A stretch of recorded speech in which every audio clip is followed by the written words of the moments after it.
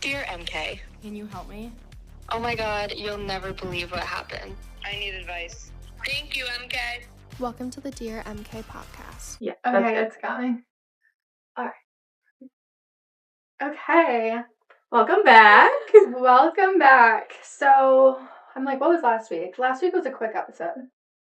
No, last week was an interview. I don't think so. No, it wasn't. Last week was our quick episode. This week's the interview. Not this week. Yes, it is. This is for the next week. Yeah, I know. What do you mean? When they're listening to this, last week will have been the interview. Yeah. I know what you're saying. Okay. Sorry. It gets so confusing, honestly. Like, when we obviously are never, I feel like we're always ahead. Yeah. So then I get really confused what week it's actually coming out. Anyways, so they would have just listened to the interview. Yes, and so now we've had 2 interviews pretty recently. And they were both so different. Yeah. But had a lot of similar themes, which I thought was awesome. And last week's was physical abuse, obviously coupled with emotional and mental abuse, but we don't get to talk about that as much just because we don't have, I guess, as much of experience with it, like, in that form where it was so obvious that it was happening. Not that, like, cut and dry, like, the second it happens, you know, like, that's not okay. Exactly. So I thought that was really great for our audience, and also just the amount of stigmas that we got to break down in it. I feel like it really hit me in the moment when she was like, but boys aren't supposed to hit girls. Like, I feel like you could apply that to so many things. Like, we think that about so many instances of these relationships that we talk about. Like, oh, boys are supposed to be chivalrous. Boys are supposed to take care of you. They're not supposed to hurt your feelings. They're not supposed to make you cry. Like, whatever it is. Right. It was just like, I don't know, it kind of just like shattered my heart because I'm like, she was so young. Yeah. And I know it's the same, like, literally the same for me. Yeah. But it's just when you look at someone else and you're like, I was just a 17-year-old girl. I had no idea what to do. I didn't know how to talk to my parents. And I was just thinking about that kind of the rest of the week. Yeah. And hoping that it really does resonate with some of our listeners, especially anyone that is young or anyone that's listening that's like, this doesn't happen in high school. It does. I feel like that's been one of the most consistent themes we've seen between our interviews and our own experiences. I mean, if you look at the past 2 interviews and the 2 of us, that's all 18 and under. That we either had our first experience or our main experience with that. No, that's so true. Because it's like our guest, not this past interview, but the interview before, we had the same experience where it's like, that's your first experience in college. You're 18 and then you're supposed to go home and, like, what do you do about that? Right. No, it's so true, and I'm excited because we're going to mix it up. And we have, finally we're going to have a man. Get a man's on this show. That's what everyone's been requesting. And I am really excited about it. And that's going to be about, like, emotional, verbal abuse and I think manipulation. We haven't done the interview yet, so we don't know the details of it. But I'm super excited about that. And I think, again, with themes, and I'm curious to see what his take will be, or, like, if he has the same level of friendship in there, because with women it's so much more common to either, like, pick up on or notice signs in your friends of, like, something's off. Like, we're very intuitive. We talk about our feelings a lot, and then even if someone wasn't talking about their feelings and their experiences, usually women just know. Yeah. And, like, something's off with you, like, and I think even our last guest said, she was like, my friend had no idea, but then really in the end she was like, I kind of had an idea. Yeah. So because of that, I think a lot of people always ask us, like, well, what are you supposed to do as a friend?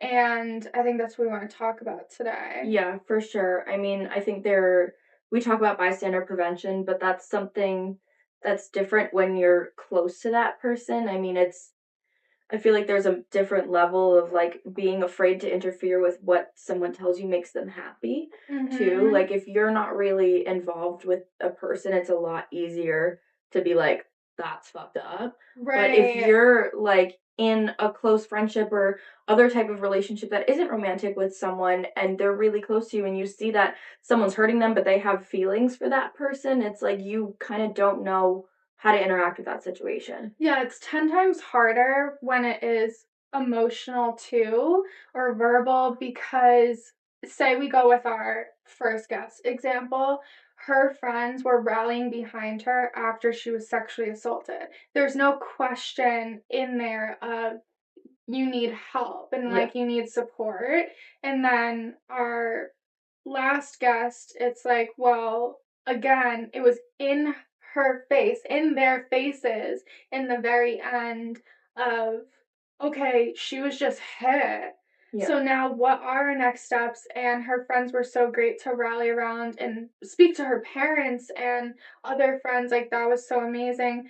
But it's usually more of the question, and we could talk about all different examples, but I think the most common one and the hardest one is what you're saying of, okay, your friend's in this relationship.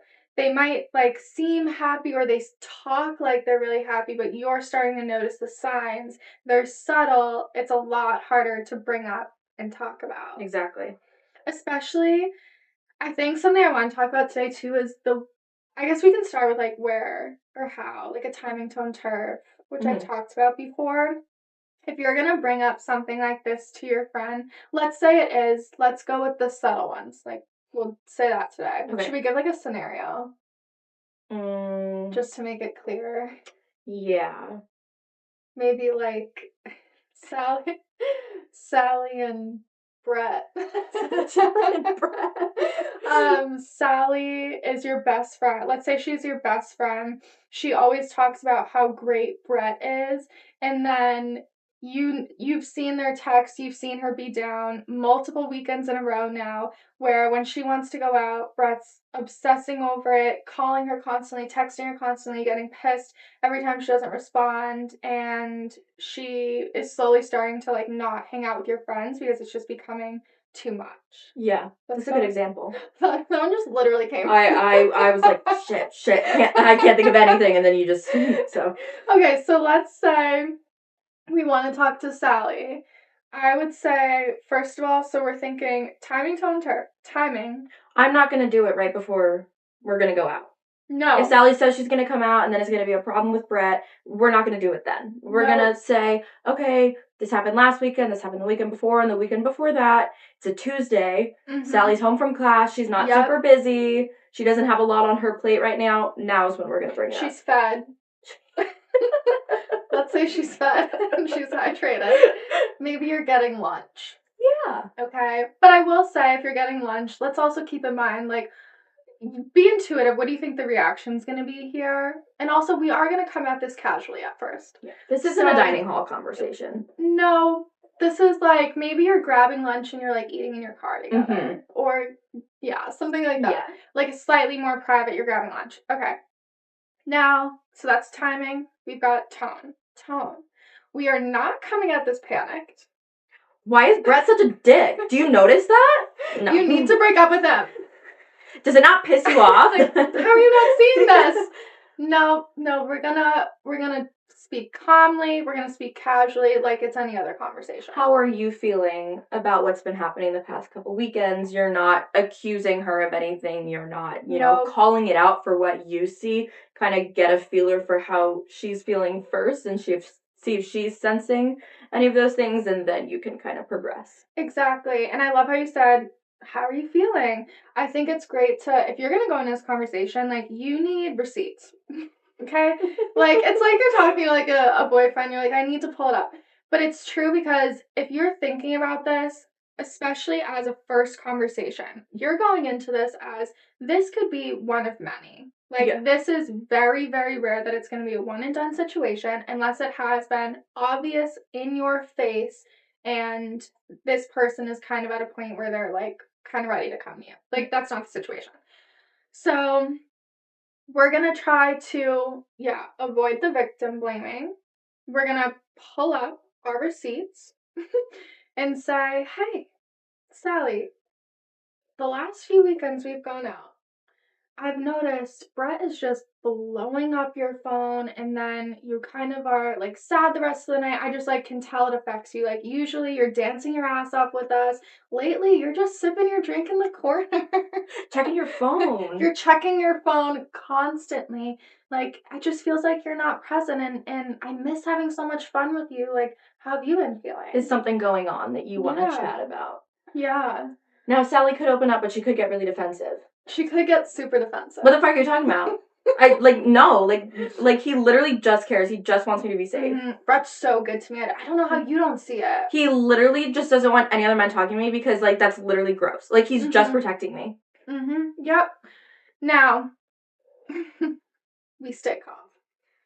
Okay. You see the delusion in her eyes, and you let it go. I think it's worse than we thought. But we keep going. But that is, I do want you to pay attention and, like, gauge it here. How defensive were they? Because it's like, how receptive are they to this conversation? Because if they come off like that, super intense, honestly, I would just then be like, okay, like, I'm glad things are good with you. I just really wanted to check in, and, like, I want you to know that I'm here. And maybe that's it for that day. Exactly. Especially if it turns into an attack on you. Like, if it's like, oh, well, you just don't have boyfriends, you don't know what it's like. Like, that's really, like, a telltale, like, take a second. Like, that person is not ready to have this conversation right now. But you also, when that's your friend, you can't let something hurtful they might say in the moment, I don't want to say, like, really impact you, but you can't think that it's an accurate reflection of you. Yeah, it's, again, we want to get into the mind of someone in these relationships. There's a really good chance that they're being manipulated. There's a really good chance that their self-esteem is really low at this point, and they might not recognize that. It's like, we've said it before, but it's like pieces of you slowly start to crumble away. And in those moments, you don't see those pieces crumbling. Yeah, and anything they might say that is defensive, there's going to be a reason behind that. Like, no one in that situation is going to pull something out of their ass that they've never either thought of or been told before. Exactly. That's coming from what they're being fed or their own insecurity based on the relationship. So it's not like, Sally in that moment is scrambling and just saying anything. She's kind of retelling you either what she's being told or what she's thinking about herself. Yep, that's beautiful. Its defensiveness does give us a lot of insight, like reactions in these moments. You want to take in what they're saying to you. And honestly, if you want to remember something like that too, like you can also write that down, or if you're involved with like if you're in a friend group and you have other friends bringing different things in, like, again, I would kind of like keep the receipts on it, especially because they will want more solid examples as it goes on. Because if they are defensive, they're like, well, what do you mean? Like, tell me when that happened. It's like, you definitely don't bring out your phone and like do that in the moment, but it's just to be like, okay, this has been consistent enough where like now I'm worried about you. Yeah. I think it can get really hard, especially because most times, unless you're in college, like, you aren't with your friends every single day. And if you can kind of, everyone's own lives are crazy, like, it's hard to remember your own stuff, but for me, that kind of helps with things, and I would be able to say, like, okay, when I first started talking about it, like, she wasn't so defensive. Now I'm noticing she's depressed all the time. She's not coming out. These things have escalated since then. Like, maybe it's time to bring in other resources or other help. Like, more of just like your own timeline to be checking on your friend, not in a like, this happened at this point. Like, we're not doing any of that.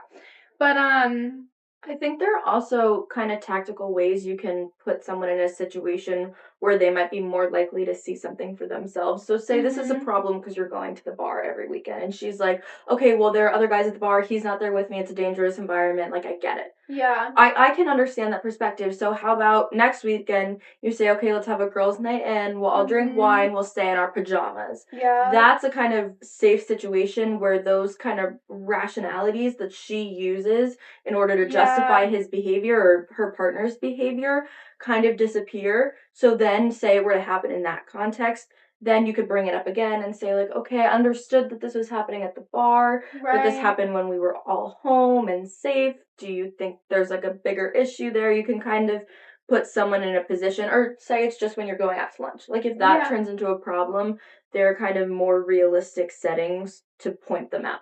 For sure. Oh my God, I just, like, lost my voice there for a second. No, I really like that as well, because it does help in saying, like, this isn't, like, an isolated situation. And you can bring up more of, like, this doesn't, feel healthy in this way. Like, I've seen this and this, and I just want what's best for you. Like, I think language like that and just checking in is a lot better than using harsh language where you're like, I think you are in an abusive relationship and this is why and XYZ, and like, even though you know that, and even if it might be true, hearing those words can feel so much more scary and intense. And we're not looking for shock value. We're not even looking for this to be necessarily like an oh shit moment at first. You're just dropping breadcrumbs. Yeah, you're just approaching it. And I think another subtle way to do that is to say, like, I would be upset if. Mm-hmm. So, like, you're not putting it on that person and saying, your partner's doing this. Do you feel this way? You just kind of say, like, oh, I've noticed this, and if my boyfriend Jake did that, I'd be pretty upset. That would frustrate me. Something like that. And I feel like that's really common, at least for women, to say to another friend. They're like, that's not cool. Like, I would not put up with that for a second. No, I think that's pretty common in friendships. And another way that I personally like to do this, and not everyone can do this, but I do think everyone can do a different variation of this, is bringing in, like you're saying, like, you can bring in your emotions of, like, I would feel this way in that situation, but you could also, in a different maybe context, if you're not starting necessarily with, like, hey, I noticed this, you could start with that and talk about yourself. Or you could just start with, like, hey, I don't know if I ever told you this, but, like, I was just thinking about this lately, and tell a story of yourself if you were ever in a similar situation. Or you could share, like, literally one of these episodes and be like, oh my gosh, I just listened to this podcast and, like, you should check it out. We should listen while we eat lunch in the car. Yeah, like, I think those are subtle ways of explaining what an unhealthy or abusive situation looks like, while slowly adding in those details that you see within your friend without saying that you see it within your friend, and let them just, like, marinate in that and see what their reaction to that is. Because also, if you might notice, like, oh, they get a little quiet. Oh, you can see, like, the wheels turning in their head. Or they are, like, rallying for the victim in that case, being like, oh my God, like, I feel so bad for them, or how could they end up in that situation? Like, wait to see what kinds of things they say to that, because you might also be able to then add in, like, your educational content in that way of, like, well, that is part of an abusive relationship. Yeah, you can do that with a show or movie too. Like, say you invite Sally on your wine night, you guys pick a movie with a relationship like this, everyone's sitting around having a good time, he does something like that in the movie, and you say, that's fucked up. Yeah. I can't believe that would happen. Yeah. And then everyone around you's like, you're right. And then she's sitting there and she's like, Yep. I think those are, like, my favorite things. And even another one I always suggest at schools, because I think that this is an easy one, there are quizzes you can take online. So again, at your little Slumby, or, like, whatever it is where you're like, oh my God, I just had to take like, you can make it up. Like, they're like, oh my God, I just had to take this for a class, or oh my God, I was second guessing myself. Like, I found this online, I'm spiraling. Do you want to take it with me? Like, I don't know. I feel like the girlies will do a lot. You can do anything. Like, you can find a way to bring absolutely anything up. And I'll link that quiz at the bottom of this episode, because I feel like that'll be really fun for people. And then that's when you have to, like, prepare, though, at the end. Like, okay, so say that, let's go past, like, so that's our first conversation. Mm-hmm. That's a lot of ways that you could bring this up in your first conversation. Say it got defensive, or they just took in things, it didn't get too far, but you've planted that seed. Now, the next time you bring it up, I would just continue to do the same thing. Like, use a different method each time. I was just going to say, pick a different tactic that time. So, like, just kind of keep playing through these things. And then if it's, not really getting anywhere and you are in a close friend group where you can kind of recruit others to do similar things, I think that's best. And constantly just being there. I feel like at the end of the day, the common theme in every story I ever hear and what everyone always wants is someone to just be there. Yes. Like, you don't always have to say the perfect thing. You don't always have to, like, be the savior in a situation. Just being there is so important. It doesn't even have to be, like, being there once they realize or once they're in a time of crisis or after a big fight or something. If it's being there during the day, like offering to do things, like even if they say no every single time, the fact that you offered is going to be something they appreciate so much when they come out of the situation. Yeah, and they're going to know. Push you. Yeah, and you're going to know that person was there to support you. And that's, like, I feel like survivors always tend to go back to those people and say, like, hey, look, I didn't recognize it at the time, or I didn't show you the appreciation I should have, but, like, I see how much you were there for me then, and I appreciate that. Exactly. It's really just, like, never giving up. Like, you just don't give up on your friend, even if they push you away, even if you get that backlash or defensiveness where they start to come for you and they're like, well, you're not a real friend if you can't see this. Like, take it, even though it hurts, know that that's not a true, like, the true representation of them in that moment. Like, that's not actually them speaking to you. That's this different, manipulated, like, form of them, which is really, really hard to see your friend in that place. It's really, really hard to feel backlash. But I keep losing my voice. It's okay. But, like, we're saying, if you can just stick there, people remember that forever.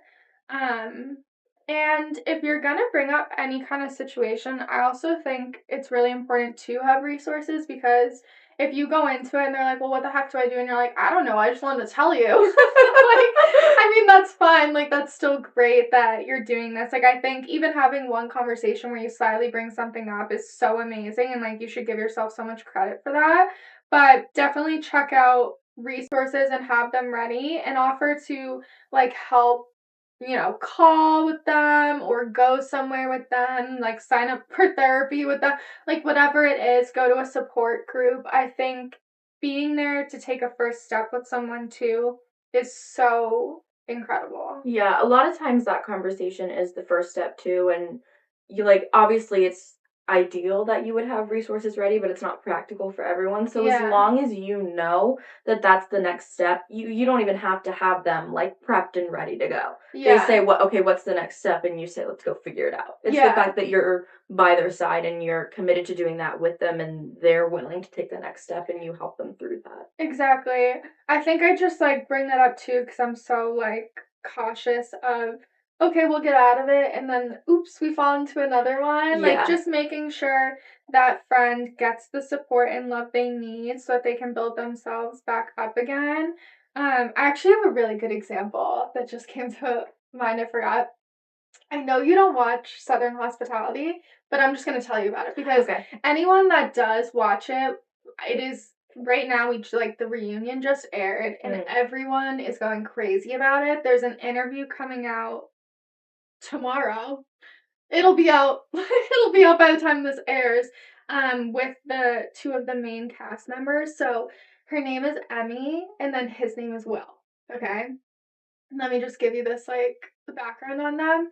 They both worked at the same restaurant. It's called Republic. It's just super famous, and, like, that's the premise of the show. All these people work in the restaurant. Okay. It's basically going to be like the new Vanderpump Rules. Okay, and everyone's very excited because this season, honestly, was so good. Like, the drama was amazing. But the last two seasons have fully centered around their relationship and how toxic it is. So last season, rumors, come around that Will is sleeping with other girls and, like, hooking up with them in bathrooms at parties. Like, that's basically that rumor, and everyone's like, girl, break up with him. And so you get to see in the show all the different friends' approaches to helping the girl. So, to helping Emmy. So, basically, there's this one friend, her name's Mya, and she takes her to lunch. She has receipts on her phone ready from, like, reputable people, or who she thought, like, this is a reliable source. It's coming from either, like, that girl or that girl's friend, something like that. Someone that said, we 100% know that this happened. We were at this party. And Emmy's immediate reaction was deny, deny, deny. She's like, I'm not processing. And mind you, it was in public. This is on camera. So, like, Tammy not told ideal. her, no, not ideal. But it was one-on-one, and it was coming from a good friend. So there was an attempt. Like, she's like, I'm trying to help you, girl. Yeah. Like, how do you not see this? So Emmy storms off, doesn't believe her, goes home to Will, and Will's like, so Will, background on him is that he is in school to become a lawyer right now, okay? And you can tell, all I'm thinking is, well, he's a master, like, even manipulator, arguer, like, he knows what to do. I assume, I mean, why wouldn't you learn, like, how to act innocent? No, exactly. Your entire job is to make people think you're right. Exactly. So he comes in with, like, his big words, and he's like, no, like, I don't even pay attention to it, Emmy. Like, don't even pay them mind, because that's just such a crazy accusation. How could it, like, ever be real? So just don't pay any mind. Come on, like, let's go get dinner. That's the vibe. So she's like, yeah. Duh. Okay. So then they keep moving along. All the friends are like, I don't understand. Like, we literally just showed her these messages. Multiple people in town are talking about this. Now, fast forward to this season. He, in the first few episodes, gets drunk, goes to the bar that they all work at. While Emmy is working, he goes to the bar. So she's like doing it. It's like bottle service, with the huge things. And so she's not hearing what he's saying, but they're all friends. So he's at the bar smash, and so she got really into, like, fitness, and over the last year, her body is banging. It's like but it honestly looks like there's not an ounce of fat on her body. Insane. And she posts every day, like, Pilates, sauna, cold plunge, repeat. Like, she does it twice a day, I think. Now Will comes to her, and he's like, Emmy's looking fucking anorexic. She's not attractive to me anymore. All she's ever doing is she's at the gym. Like, she's not wife material. Like, I don't want to be with her. Like, that's the premise of it. Awful, god awful things about her body, her looks. He basically is like, I want to break up with her. Like, that's the vibe. Now, at the same time, everybody from the restaurant now starts hearing rumors that while he's at law school, he's cheating on her again. And that some girl is, like, living in his apartment, basically, and that there was a law school prom, and that he took this girl to prom while Emmy was, like, away or sick or had to work, something like that. Now, Emmy continues to not believe any of this. And all the guys that work there, her guy friends, are now like, we just want to protect her. Yeah. We love her so much. We want to protect her.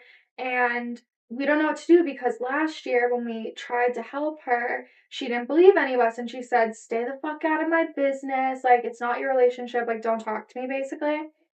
And she stopped talking to them. So she's slowly starting to lose her friends, falling even more for this, like, manipulation. And now it comes to the end of this season, basically, and all of her friends decide together. So another friend actually pulls her aside, and he's like, I just want to check in on you. Yeah. Like, are you okay? She kind of takes to it a little more, but then again is like, I'm not talking about this. I'm not talking about this. So then he goes back and tells the group, like, she doesn't want to talk to me. They all go sit at this table, but they're at someone's house. So they're not in public, but it's all of her supposedly closest friends. Like, I know it's reality TV, but supposedly closest friends. And one of the girls who's, like, kind of fed up with her is like, girl, what the fuck are you doing? Like, your man's running around town saying this and this and this about you. You deserve more. She's, like, slamming on the table, like, screaming.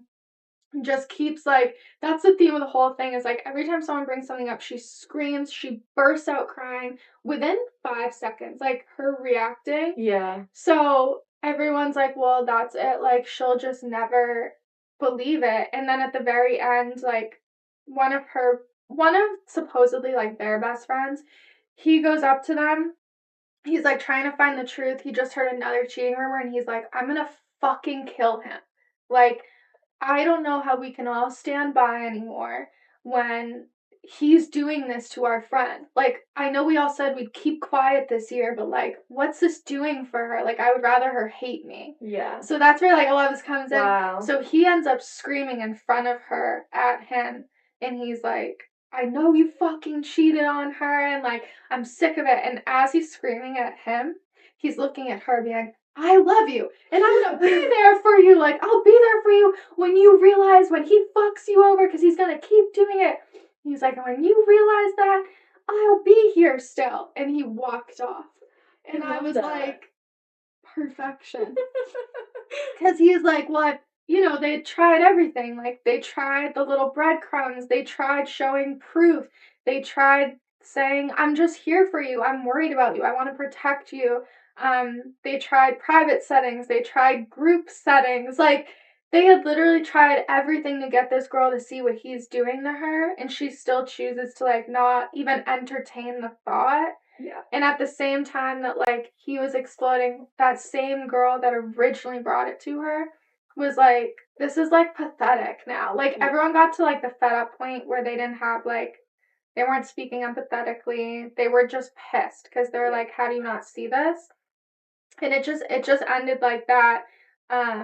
And then on the reunion, he showed up, but he stayed in the back and let her stay out there and, like, fight all his battles. Like, the whole time The cheater? Yep, he was away at law school. Emmy got the brunt of, like, everything, because even though they weren't necessarily victim blaming, but they were, in the end, they were like, we're blaming you for being in this situation. Oh. I know. But it was like, I mean, again, like, we are trained on this. These people, it's been 2 years, maybe more, because I don't know. I don't know their real lives. Yeah. But it's like, they're still, everyone's fighting for her to see, and online, so many people are in the comments like, girl, please get help. Like, I know you can't see it now. So I just feel like if anyone wants, like, a really good example of this, watch Southern Hospitality, the latest season, even last season. But it just goes to show, like, you could do everything and still, like, they might not see it. But to show them, like, I'm fighting for you that hard, and I'll still be here for you, even if you hate me, even if you can't see it, is so powerful. It's going to be like that for everyone, though. I feel like, I mean, obviously not everyone's going to take that long, but no one's going to accept that right away until they're at a point where they feel ready. Yeah. And I think that's something any friend or anyone bringing anything up has to understand. Like, you can't know what that timeline's going to be, but you have to know that, like, until that person is ready to be receptive, it's going to be, like, you're going to hit a wall. Yeah. And it's going to be difficult, and, it might only take, like, 2 or 3 conversations, but it could take years. It really could, and, like, it's so sad and so hard, but it's like, if you're just doing everything you can, and, like, you're giving options, you're not leaning towards anything, you're just saying, I'm there for you, like, literally anything you can do it means so much, even if they don't see it, and I do think it is cool to, like, be that person that when they get out of it, they're like, I know I should have listened. And you're not sitting there like, I told you so. But you're like, yes, babe, come to me. It's okay. like, that's just, like, the best feeling ever. I want to see if I had any other notes on that. Did you like my story, though? I did like your story. I thought you'd like that. Every time I have reality things, it is, like, the most upsetting thing for me that you can't relate. Because I know if you watched that whole thing, I would have you would have been going back and right forth there with me. you. Right there with me. We consume different kinds of reality TV. We do. Are you watching the latest Love is Blind? Oh, we watched the first episode, but I didn't start it yet. But if you watch it, I'll watch it so we can talk about it. I'm working on it. I'm trying to avoid any spoilers. We didn't even talk about the last one, but that one was crazy. It was crazy, but now I, like, don't remember it. I watch too many things, like, as they come, and then I can't go back. I won't remember. Okay, I did have one thing. Okay, say that say they're ready to leave. Okay. Let's talk about that for a second, because I feel like we can't talk about the conversation and be like, they just won't want to leave. So let's, like, safety plan for a sec. If they are ready, I want you to be able to assess whether or not this is going to be a dangerous situation and then leaving. Like, how far in are they? What have you noticed? Is it just that, like, the manipulation, the emotional piece where they're super jealous and you're like, I don't think this would be, like, a hostage situation. Like, she could probably just, like, share her location with me or something. Versus this has become physical, where they're showing signs of things becoming physical. But at the same time, I want to say take all precaution, because you never know. You really never know.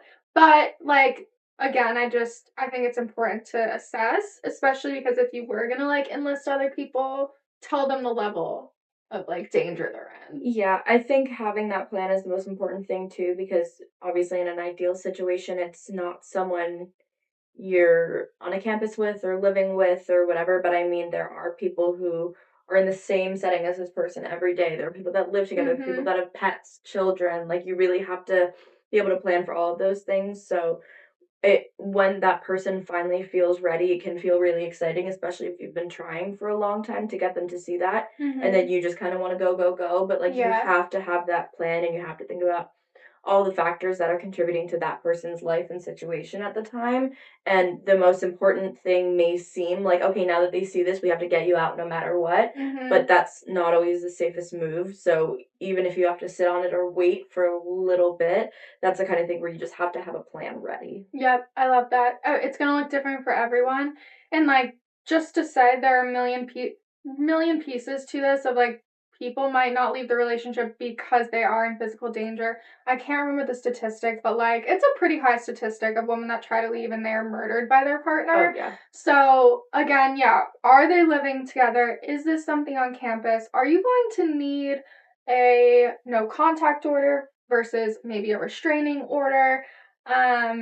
Think about those things. I would brainstorm with your friend or your mom or a counselor, maybe even, like, if you need to, like, a police officer, an advocate, something like that, where you can sit down with someone, because if you are in this situation, you might not be able to logically, or if we're talking to a friend, I guess, you could logically think, your friend might not be able to logically think in this moment, so you really do want to look at all of those factors, and if it is something, where you think it probably will be okay, it's just going to be, like, a bit traumatic or intense, I would always choose a public location for a breakup.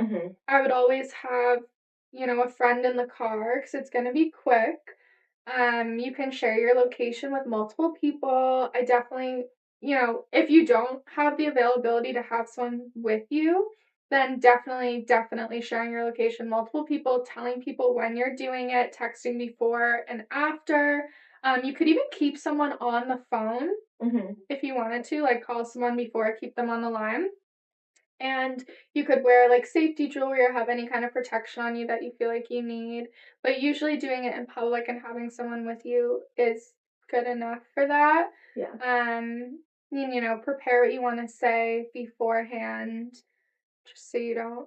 I think that just helps. You can practice with your friend too. Yeah, and if this is a dangerous situation or the kind of thing where someone's living with a partner and they need to flee, they need to, like, pack up and go, there are resources literally everywhere, and something that makes me sad is that people don't know that. But, like, if you do look or if you contact authorities and ask for something specific, there are advocates and organizations that will help, will give people places to stay, temporary shelter. Like, there are all the resources that you need to basically get out of whatever situation you're in. You just kind of have to know to look for them.